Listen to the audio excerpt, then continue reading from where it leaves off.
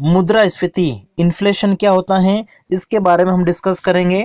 आज के इस वीडियो में हम मुद्रास्फीति का अर्थ समझेंगे। उसके बाद में गति के आधार पर जो मुद्रास्फीति है वो कौन कौन से प्रकार की हैं उसके बारे में डिस्कस करेंगे।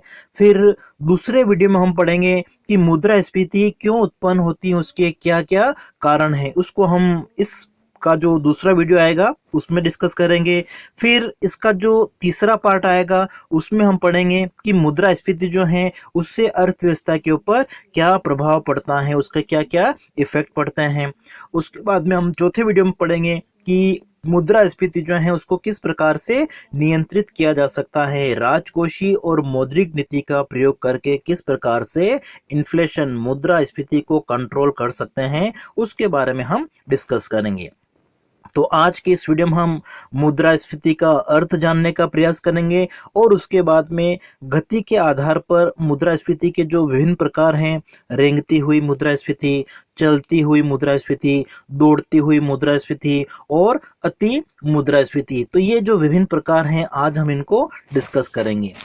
सबसे पहले अगर हम इन्फ्लेशन की बात करें, मुद्रास्फीति का मतलब क्या होता है, अगर हम सरल शब्द में अगर कहना चाहें तो मुद्रास्फीति का मतलब होता है महंगाई। हम कह सकते हैं कि जब अर्थव्यवस्था में वस्तु एवं सेवाओं की जो औसत कीमत है, सामान्य कीमत इस तरह हम कह सकते हैं, जनरल प्राइस लेवल जो होता है, अगर वो निरंतर बढ़ता जाता है, जब अर्थव्यवस्था में वस्तु एवं सेवाओं की औसत कीमतों में निरंतर वृद्धि होती है या वस्तु एवं सेवाओं की कीमतों में जो वृद्धि होती है वो निरंतर वृद्धि होती है, तो इस स्थिति को हम क्या कहते हैं, मुद्रास्फीति कहते हैं। और जब वस्तु एवं सेवाओं की कीमतों में सामान्य कीमत स्तर में निरंतर वृद्धि होती है तो ऐसी स्थिति में मुद्रा का जो मूल्य है वो कम हो जाता है, या हम कह सकते हैं कि मुद्रा की जो क्रय शक्ति है वो एक तरह से कम हो जाती है, या उपभोक्ताओं की जो क्रय शक्ति है वो कम हो जाती है। इसको क्या कहा जाता है, इन्फ्लेशन, मुद्रास्फीति कहा जाता है। जैसे अगर हम कहें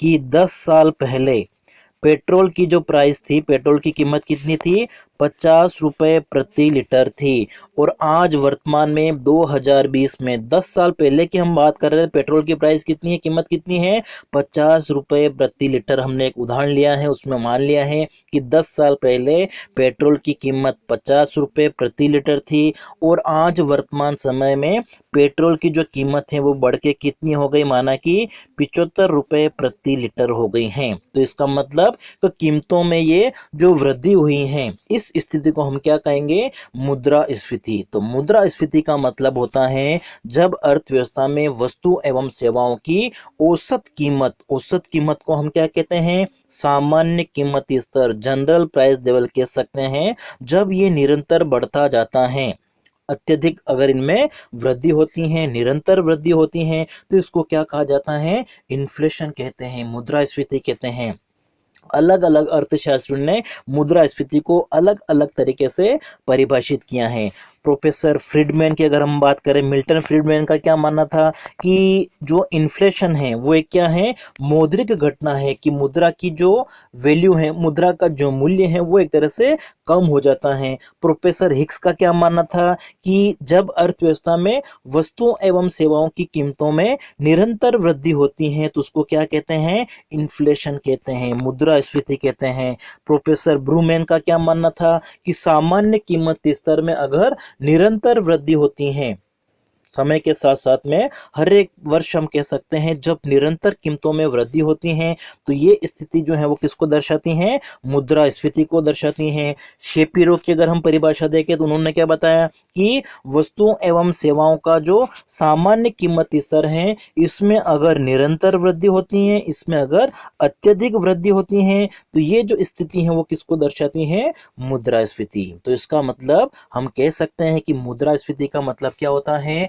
जब वस्तु एवं सेवाओं का औसत कीमत स्तर निरंतर अगर बढ़ता रहता है, मुद्रा की क्रय शक्ति में कमी आ जाती है, तो इसको हम क्या कहेंगे, मुद्रास्फीति कहेंगे, इन्फ्लेशन कहेंगे।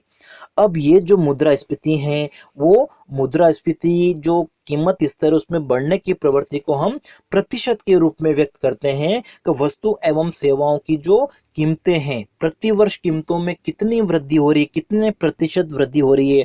5% वृद्धि हो रही है, 2% वृद्धि हो रही है, 10% वृद्धि हो सकती है, 50% हो सकती है, 100% हो सकती है, इससे ज्यादा भी हो सकती हैं। तो इस आधार पर अगर हम मुद्रास्फीति को विभिन्न भागों में विभाजित करें तो गति के आधार पर जो मुद्रास्फीति है सबसे पहली हमारी है रेंगती हुई मुद्रास्फीति, या जिसको हम मंद स्फीति कह सकते हैं, क्रीपिंग इन्फ्लेशन। अब देखिए, रेंगती हुई मुद्रास्फीति का मतलब क्या होता है कि जब अर्थव्यवस्था में वस्तु एवं सेवाओं की कीमतों में धीरे धीरे वृद्धि होती है, वस्तु एवं सेवाओं की कीमतों में धीमी वृद्धि होती है, या हम कह सकते हैं प्रति वर्ष जैसे 1% की अगर वृद्धि होती है। और कुछ अर्थशास्त्रियों का मानना है कि सामान्यतः वस्तु एवं सेवाओं की कीमतों में 3% तक की वृद्धि होती है, 3% प्रति वर्ष या वार्षिक हम कह सकते हैं। जब वस्तु एवं सेवाओं की औसत कीमतों में वृद्धि 3% से कम अगर वृद्धि होती है तो इसको क्या कहा जाता है, रेंगती हुई मुद्रास्फीति कहा जाता है, मंद स्फीति कहा जाता है। और अर्थशास्त्रियों का क्या मानना है कि अर्थव्यवस्था में जो ये रेंगती हुई मुद्रास्फीति है वो एक तरह से लाभदायक होती हैं, ये अर्थव्यवस्था के लिए किसी प्रकार से कोई हानिकारक नहीं होती हैं। अगर कोई देश अपना विकास करना चाहता है, आर्थिक वृद्धि करना चाहता है, तो आर्थिक वृद्धि को तेजी से बढ़ाने के लिए जो सुरक्षा की हम बात करते हैं, आर्थिक वृद्धि के लिए एक तरह से ये सुरक्षित दर है, आवश्यक दर है। कम से कम वस्तु एवं सेवाओं की कीमतों में इतनी वृद्धि होना आवश्यक होता है। इससे अर्थव्यवस्था में जो उत्पादक हैं, व्यापारी वर्ग हैं, उद्योगपति हैं, निवेशक हैं, उनको नया उत्पादन करने के लिए प्रोत्साहन मिलता है। और जब वो नया उत्पादन करने के लिए प्रोत्साहित होंगे, इससे अर्थव्यवस्था में रोजगार का अवसर बढ़ेगा, जीडीपी का जो लेवल है वो बढ़ेगा। तो अर्थशास्त्रियों का मानना है कि जो रेंगती हुई मुद्रास्फीति है, मंद स्फीति, क्रीपिंग इन्फ्लेशन जो होती हैं, वो किसी अर्थव्यवस्था के विकास के लिए आवश्यक होती हैं। अब जैसे अर्थशास्त्रियों का मानना है कि 1956 में 1956 का वो एक उदाहरण देके वो बताते हैं कि 1956 में जैसे अमेरिका है, जापान है, इनका जो आर्थिक विकास का स्तर है वो तेजी से विकसित हुआ है। ठीक है, इन देशों का जो विकास है वो 1956 के आसपास जैसे तेजी से विकास हुआ है। और उसका प्रमुख कारण क्या है कि इस टाइम पीरियड में उनके वहां पे वस्तु एवं सेवाओं की कीमतों में थोड़ी धीमी गति से वृद्धि हुई थी, और इसी कारण उनका जो आर्थिक विकास है वो तेजी से हुआ है। तो ये हो गई हमारी फर्स्ट रेंगती हुई मुद्रास्फीति, जिसके अंतर्गत कीमतों में जो वृद्धि है वो धीमी होती है, थोड़ी थोड़ी वृद्धि होती है, और ये किसी भी देश की आर्थिक विकास के लिए, आर्थिक वृद्धि के लिए सुरक्षित मानी जाती हैं, आवश्यक मानी जाती हैं। इससे किसी प्रकार का कोई हानिकारक प्रभाव नहीं पड़ता है। दूसरी हमारी है चलती हुई मुद्रास्फीति, वॉकिंग इन्फ्लेशन।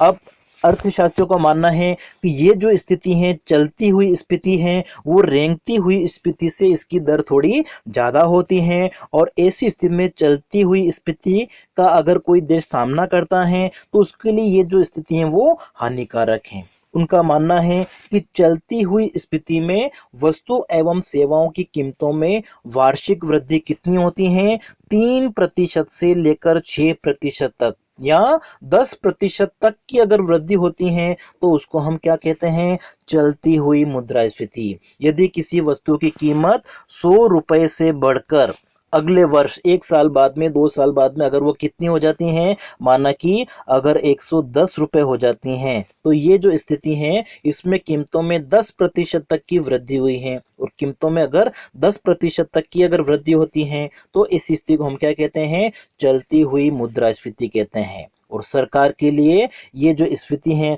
वो एक तरह से चेतावनी है सरकार के लिए कि सरकार एक तरह से क्या कर रहे हैं कि वस्तु एवं सेवाओं का जो सामान्य कीमत स्तर है उसमें जो वृद्धि हो रही है उसको एक तरह से नियंत्रित कर रहे हैं। और जो लोग है, उपभोक्ता हैं, ऐसी स्थिति में वो क्या करेंगे, जब अर्थव्यवस्था में वस्तु एवं सेवाओं की कीमतों में वृद्धि होने लग जाती है तो जो उपभोक्ता है वो उनको डर रहता है कि वस्तु सेवाओं की जो कीमतें हैं आने वाले समय में और ज़्यादा बढ़ सकती हैं। इसलिए वो क्या करते हैं, अपने पास में वस्तु एवं सेवाओं का जो स्टॉक है उसको बढ़ा देते हैं। और जब वो वस्तु एवं सेवाओं का स्टॉक बढ़ा देते हैं तो इस स्थिति में अर्थव्यवस्था में जो समग्र मांग है वो ज़्यादा हो जाती है समग्र पूर्ति की तुलना में, और अर्थव्यवस्था में अधिमांग की स्थिति उत्पन्न हो जाएगी। तो चलती हुई स्फीति के अंतर्गत क्या होता है, कीमतों में वार्षिक वृद्धि जो है वो 3% से लेकर 6% तक या 10% तक भी हो सकती है। और एक दशक की अगर हम बात करें, 10 वर्षों में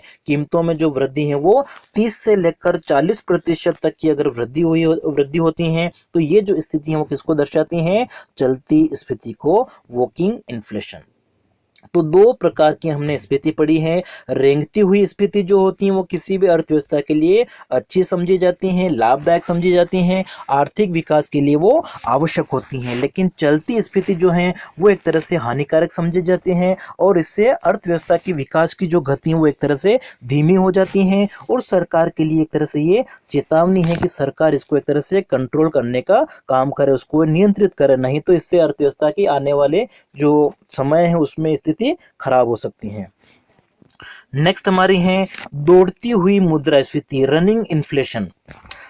जब वस्तु सेवाओं की कीमतों में निरंतर वृद्धि होती रहती है और ये जो वृद्धि है वो 10% से भी अगर ज़्यादा हो जाए, 10% से लेकर 20% तक वार्षिक अगर वृद्धि होती है वस्तुओं एवं सेवाओं की कीमतों में, वस्तु एवं सेवाओं की औसत कीमतें अगर 10% से लेकर 20% अगर वार्षिक बढ़े, कि कोई वस्तु 100 रुपए की 1 किलोग्राम थी और 1 वर्ष बाद में उसकी कीमत अगर 115 रुपए हो जाए या 120 रुपए हो जाए, इस प्रकार की जो स्थिति है उसको हम क्या कहते हैं, दौड़ती हुई मुद्रास्फीति। तो दौड़ती हुई मुद्रास्फीति में वस्तु एवं सेवाओं की जो कीमतें हैं वो 10% से लेकर 20% तक प्रतिवर्ष बढ़ती हैं। और एक दशक की अगर हम बात करें तो 10 वर्षों में जो कीमतें हैं वो 100% तक अगर बढ़ जाती हैं। तो ये जो स्थिति है उसको हम क्या कहते हैं, दौड़ती हुई मुद्रास्फीति। और इस स्थिति से क्या होता है, जो वैश्विक बाजार हैं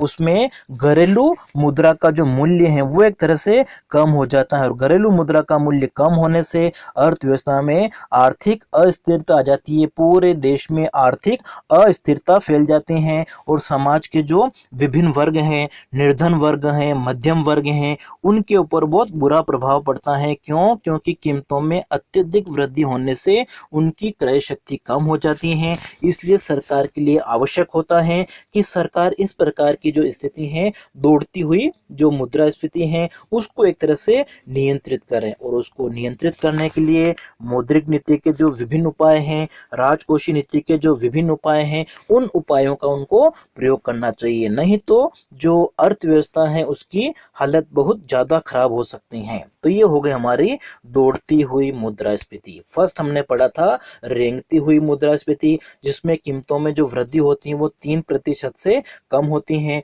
और वो अर्थव्यवस्था के आर्थिक विकास के लिए अच्छी समझी जाती हैं। चलती हुई स्फीति जो है उसमें कीमतों में वृद्धि 10% तक हो सकती है या सामान्यतः 3% से 6% तक मानी जाती है, लेकिन 10% तक अगर कीमतों में वृद्धि होती है, वार्षिक वृद्धि, तो ये चलती हुई स्फीति को दर्शाती हैं। दौड़ती हुई मुद्रास्फीति में वस्तु एवं सेवाओं की जो कीमतें हैं वो 10% से 20% तक वार्षिक वृद्धि होती हैं। और अगर हम एक दशक की बात करें तो एक दशक में इनमें जो वृद्धि होती है वो 100% तक, मतलब उसकी जो कीमत है वो 100 रुपए अगर कीमत है तो वो कितनी हो जाए, अगर 200 हो जाती है। ठीक है, 10 वर्षों के अंतर्गत अगर डबल भी हो सकती है तो ऐसी स्थिति को हम क्या कहेंगे, दौड़ती हुई मुद्रास्फीति। नेक्स्ट हमारी है अति मुद्रास्फीति या द्रुत स्फीति, इसको हम कह सकते हैं हाइपर इन्फ्लेशन या भागती हुई मुद्रास्फीति। इसमें क्या होता है कि वस्तु एवं सेवाओं की जो कीमतें हैं उसमें असामान्य वृद्धि होती हैं, बहुत ज़्यादा वृद्धि होती हैं। एक वर्ष से दूसरे वर्ष में वस्तुओं की कीमतें बहुत बढ़ जाती हैं, या एक महीने से दूसरे महीने में वस्तुओं की कीमतों में बहुत अधिक वृद्धि हो जाती है, या एक दिन से दूसरे दिन कह सकते हैं, एक घंटे से दूसरे घंटे में जब वस्तु सेवाओं की जो कीमतें हैं बहुत अधिक बढ़ जाती हैं, तो ये कीमतों में जो असामान्य वृद्धि होती है, ऐसी स्थिति को हम क्या कहते हैं, अति स्फीति कहते हैं, हाइपर इन्फ्लेशन कहते हैं। और इसमें वस्तु एवं सेवाओं की कीमतों में जो वार्षिक वृद्धि है वो 20% से लेकर 100% तक या इससे ज़्यादा भी हो सकती हैं। जब किसी अर्थव्यवस्था में वस्तु एवं सेवाओं की कीमतों में वार्षिक वृद्धि 20% से लेकर 100% तक या 100% से ज़्यादा भी है तो इस स्थिति को हम क्या कहते हैं, अतिस्फीति कहते हैं, हाइपर इन्फ्लेशन कहते हैं। और इसमें स्फीति की जो दर है उसको मापना एक तरह से क्या होता है, कठिन होता है। और वस्तु एवं सेवाओं की कीमतों में निरंतर वृद्धि होने से मुद्रा की जो क्रय शक्ति है वो निरंतर कम हो जाती है और जो घरेलू मुद्रा है उसका मूल्य बहुत कम हो जाता है। ठीक है, इस स्थिति को हम क्या कहते हैं, अतिस्फीति कहते हैं। विश्व की अगर हम बात करें तो विश्व के बहुत सारे देश ऐसे हैं जो इस स्थिति का सामना कर चुके हैं। रशिया है जैसे, पोलैंड, यूनान, हंगरी, ऑस्ट्रिया, इन सभी देशों में अतिस्फीति की जो स्थिति है वो उत्पन्न हो चुकी है। अभी अगर हम वर्तमान समय की बात कर रहे हैं तो वास्तविक जीवन की अगर हम बात कर रहे हैं, ठीक है, तो अभी जैसे 2018 में वेनेजुएला जो देश है वहां पर वस्तु एवं सेवाओं की कीमतों में कितनी वृद्धि हो गई, 13,000%। ठीक है, ऐसा IMF जो इंटरनेशनल मॉनेटरी फंड है उनका एक अनुमान है कि 2018 में जो वेनेजुएला है इसमें कीमतों में जो वृद्धि हुई है, इन्फ्लेशन की जो रेट है वो कितनी है, 13,000% है। और 2019 के बारे में उनका अनुमान है 10 मिलियन प्रतिशत की वृद्धि का उन्होंने अनुमान लगाया है। अगर हम प्रथम विश्व युद्ध की बात कर रहे हैं 1920 के आसपास, तो उस समय जो जर्मनी है वहां पर भी इस प्रकार की जो स्थिति है, अतिस्फीति की स्थिति उत्पन्न हो चुकी है। तो ये विभिन्न प्रकार की जो स्थितियां हैं उनके बारे में हमने डिस्कस किया है। इसको हम एक रेखा चित्र के माध्यम से भी समझ सकते हैं। और एक इन स्थिति के बारे में कहावत है कि जब एक बच्चा जन्म लेता है तो जन्म के बाद में वो क्या होता है, धीरे धीरे बढ़ता जाता है। तो धीरे धीरे जो बढ़ता जाता है वो एक तरह से रेंगती हुई स्थिति को दर्शाता है। फिर बच्चा जैसे रेंगता है उसके बाद में वो कुछ समय बाद चलना प्रारंभ करता है। ठीक है, वो चलती हुई मुद्रास्फीति को दर्शाता है। फिर वो दौड़ना प्रारंभ करता है। ठीक है, वो दौड़ने वाली स्थिति को दर्शाता है। और उसके बाद में वो तेज गति से भागने लग जाता है। ठीक है, अतिस्फीति की स्थिति है। तो इसके बारे में एक ये कहावत प्रचलित है। अब देखिए इसको हम एक रेखा चित्र के माध्यम से समझते हैं कि जो ओ एक्स अक्ष है इधर हमने विभिन्न समय लिए हैं, 10 वर्ष लिए हैं। और ओ वाई अक्ष है, यहाँ पर हमने कीमत स्तर में जो वृद्धि ली है वो प्रतिशत के रूप में ली है। तो जब हम रेंगती हुई मुद्रास्फीति की अगर बात कर रहे हैं तो रेंगती हुई मुद्रास्फीति में क्या होता है, तो कीमतों में जो वृद्धि है वो बहुत मामूली सी वृद्धि होती है। इसी स्थिति में हमारी जो ये रेखा है, ठीक है, वो एक तरह से वाई अक्ष से थोड़ी सी ऊपर जाती हुई है। मतलब हो गया कि कीमतों में बहुत धीमी धीमी वृद्धि हो रही है। लेकिन कीमतों में वृद्धि की ये जो दर है वो अगर थोड़ी ज्यादा हो जाती है, ठीक है, इस तरीके से, तो उसको हम क्या कहते हैं, वॉकिंग इन्फ्लेशन।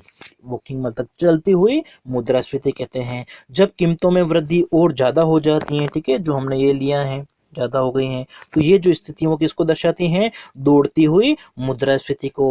और जब कीमतों में जो वृद्धि है वो बहुत अगर ज्यादा हो जाती है, ठीक है, जो हमने डी वक्र बना रखा है, तो डी वक्र जो है वो किसको दर्शाता है, अति स्फीति को। सी वक्र जो है वो किसको दर्शाता है, दौड़ती हुई मुद्रास्फीति को। बी वक्र है वो किसको दर्शाता है, चलती हुई मुद्रास्फीति को। और ए वक्र जो है वो किसको दर्शाता है, रेंगती हुई मुद्रास्फीति को। तो आज की वीडियो में हम इतना ही पढ़ेंगे। नेक्स्ट वीडियो में हम पढ़ेंगे कि मुद्रास्फीति क्यों उत्पन्न होती है, मुद्रास्फीति उत्पन्न होने के कौन कौन से कारण हैं। फिर उसके बाद में हम पढ़ेंगे कि मुद्रास्फीति का अर्थव्यवस्था के समाज के विभिन्न वर्गों के ऊपर उसका क्या प्रभाव पड़ता है, उत्पादन पर उसका क्या प्रभाव पड़ता है, उसके बारे में हम डिस्कस करेंगे। और फिर सरकार मौद्रिक और राजकोषीय नीति का प्रयोग करके किस प्रकार से मुद्रास्फीति की जो स्थिति है उनको वो